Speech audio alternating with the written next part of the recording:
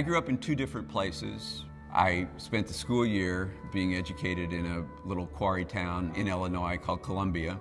It had the folklore and practice of requiring African Americans to be out of town by sundown.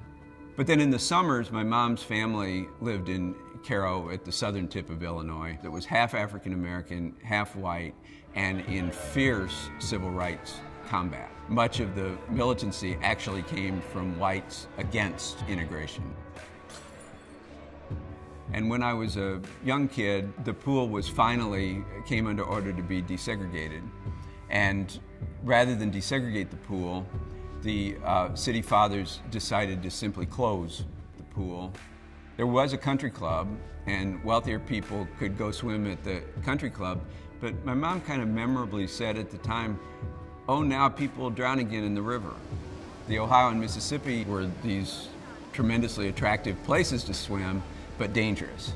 And so it was a very, very dramatic decision to say we're going to have a society that tolerates this kind of misery of not having a pool and exposing kids to danger. National identity could be problematic, right? I've taught for 30 years now. I don't think anybody can write and teach very long in history if they're not interested in stories. And that the stories of average people, like slaves or like workers in the 1930s, sometimes actually reshape the whole political landscape of the United States. Yeah, I think the most unhelpful formulation is when people say race is just a social construction. So thinking about struggle both as something that's constant and as something that at certain points actually dictates the pace and motion of history, I think is a very useful contribution for historians to make. My new book is called Seizing Freedom, and the subtitle is Slave Emancipation and Liberty for All.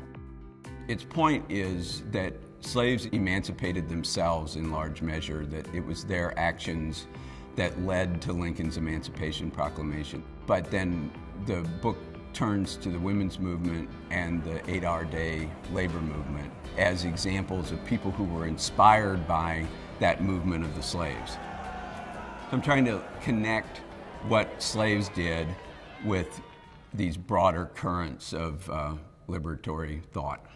Among the attractions of the foundation professorship here was the simple fact that recruitment of a humanities scholar would be such an early emphasis, and that when I spoke to the professors here already holding endowed chairs, so many of them and such an exciting group of people were in the humanities and in the social sciences.